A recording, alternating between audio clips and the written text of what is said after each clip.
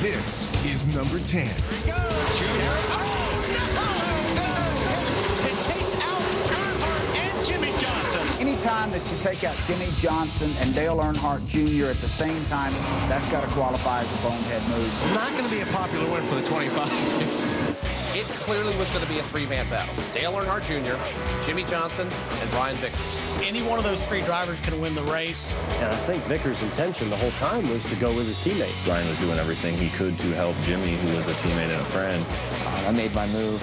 He came to help me out and give me a nudge to help me by. But he did something wrong. He thought to himself, well, I could take out one of the most popular drivers in this sport, or I could take out two of them.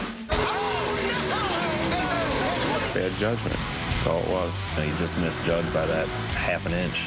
It just didn't work. He missed the hole by a few inches there and hit him a little too hard. Turned Junior and I around, and off we went. Clint Johnson sent Johnson into Junior. You just don't do that. You don't wreck him. That's the wrong thing to do at Talladega. He took out two of the most popular guys in the sport. Here we go all day long. I had a great chance to make up some points, and end up getting crashed by a teammate. That's when you think, oh my gosh, this is a boneheaded move. You don't take out the leader. You don't take out your teammate. You don't take out Dale Earnhardt Jr. at Talladega. That was a bonehead move. Didn't he win? When you get down to the end of it, if you're the one pulling into victory lane, you're the one that won the race. It's not how I wanted to win it, but it's nice to get a win for this 25 car. It's been a long time. Number 9. You ever have one of those moments where halfway through doing something colossally stupid, you realize that you're doing something colossally stupid? And the wave of caution because a mechanic walked out halfway out to the racing surface. All of a sudden, out of the corner of my eye, I see a crewman run out there. And I see a crew member running out after the tire. Oh, no, don't. what's going on? Did he just, is he go? These cars were literally coming out of turn number 4. And we were going about 200 miles an hour. What in the world is he doing? You could get killed. You can see it's halfway across that grass. Any crew member, his first reaction is, man, I've got to get that tire. You're one-track mind, and I got to get that tire. He just knew he had to get that tire. Obviously wasn't thinking clearly enough to know not to do that. Listening to the radios of the drivers that day. So I kept running across the racetrack. I said, what is he doing? I don't know. If I was a crew guy, it's not worth grabbing a tire. Jimmy Watts did what came into his mind, which was capture that tire, make sure it doesn't go out on the racetrack. Yeah, that's a guy dedicated to his job. Wow, this changes everything. Man, a lot of people were pissed. Uh-oh. I just messed up big time. Smartest thing one's ever done. To me, that was one of the craziest things that ever happened. I want that guy working for me. I want him chasing a tire across the track. That's what he has to do. Number 8. Harvick pounded Robbie Gordon to try and get back on the lead lap. Well, that's not really a bonehead move when you're talking about Robbie Gordon.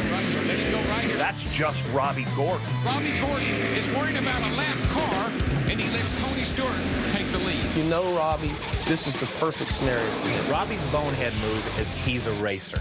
He's just so intent on battling that one guy who's next to him right at that very moment. If the pace car comes on the track with 10 laps to go, Robbie really wants to pass it. He's going to race as hard as he can, lap after lap after lap after lap. He was going to win that race. Harvick was a lap down. Do you really want to hold him up, or do you just let him go? And for whatever reason, he decides to pick a fight with Kevin Harvick over the last couple of laps. I just don't think this would be my strategy right at this point. Robbie, let him go. Let Harvick go. Just let him go. Let him go right here, let him go. Don't race it. He's a lap down. You can win this thing. And he just couldn't resist. And gets all hammered up with racing Kevin Harvick. And Robbie takes himself out. Robbie Gordon is worried about a lap car, and he lets Tony Stewart take the lead. It's sort of a tin cup sort of move. Don't lay up, go for it. That is quintessential Robbie Gordon. That's just the competitor in him. And Stewart will get his 11th career Winston Cup victory. To me, it was one of the dumbest things that I've ever seen on a racetrack. Proved to everyone why one of the greatest race car drivers who's ever driven a race car will never get the trophies that he should have because, well, he was robbed. Number 7. Let's go get it now. 2008 Kansas Speedway, one of the all-time head-scratcher moves by Carl Edwards. There we go. Oh, right. It is the car stick. Here comes Jimmy Johnson. He's in the wall. So we're down to the final lap of Kansas. Jimmy Johnson, Carl Edwards. Half a lap away from the checkered flag. He knew that he had to do something to try to get by Jimmy. He had to go into that corner hotter than hot. Carl says, you know what? Wind it up, fire it in there. Carl Edwards is going to go to the bottom. Jimmy goes down into turn 3. Carl just doesn't turn down. There we go. He cut right across the front bumper of Jimmy Johnson. He goes by Jimmy like a bat out of hell. And his car stick. And kept going and going and going, and bam. You see Jimmy's head whip around like, what was that? Where'd he come from?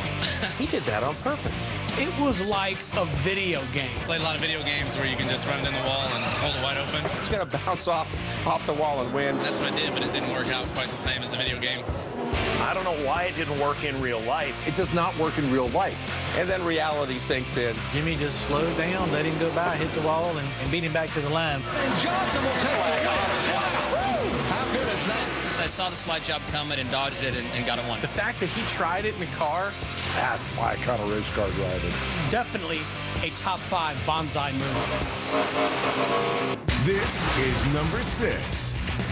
I'm not sure why Marcos thought it was a great idea to shut the engine down on an uphill, but that's what he chose. Marcus Ambrose, of course, the great road racing driver from Australia, was looking for his career first win. He's there on the track. He's outrunning everybody. Looks like he's the man to beat. Had the car to beat. You have got the race won. He'd gone toe-to-toe all day long with Jimmy Johnson, but every time was able to fend off Jimmy. He was trying to save fuel. For unexplained reasons, he turned off the car, cuts the engine off, shut his engine off, going uphill, violated the laws of physics. He waited till the last minute to fire the engine up. When he goes to refire the engine, nothing. Ambrose is stopped on the track. What were you thinking? Going uphill, killing the engine. And NASCAR's rule is if you don't maintain pace car speed, you lose your spot. I mean, that is huge for a driver to make a mistake like that and take himself that far out of the race. Ambrose goes from the sure winner to the GOAT of the day. I know he's kicking himself for whatever went wrong there, but he had to maintain pace car speed, and they said he had to go back behind the 9, and I said, okay, I'll take this, and off I went. Very painful to watch. You know, that deal broke my heart. That was the dumbest move that I think I've ever seen a driver make. Disappointment for Marcus Ambrose. He winds up 6th, guys, on a big mistake. I'm just going to go home and see my wife and kids and give them a hug, and I'll get them next week. Terrible way to finish. I'm not sure he'll ever get over that. He'll never live it down. Marcus Ambrose lost his first Cup race at Infineon because of a bonehead move stopping on the racetrack.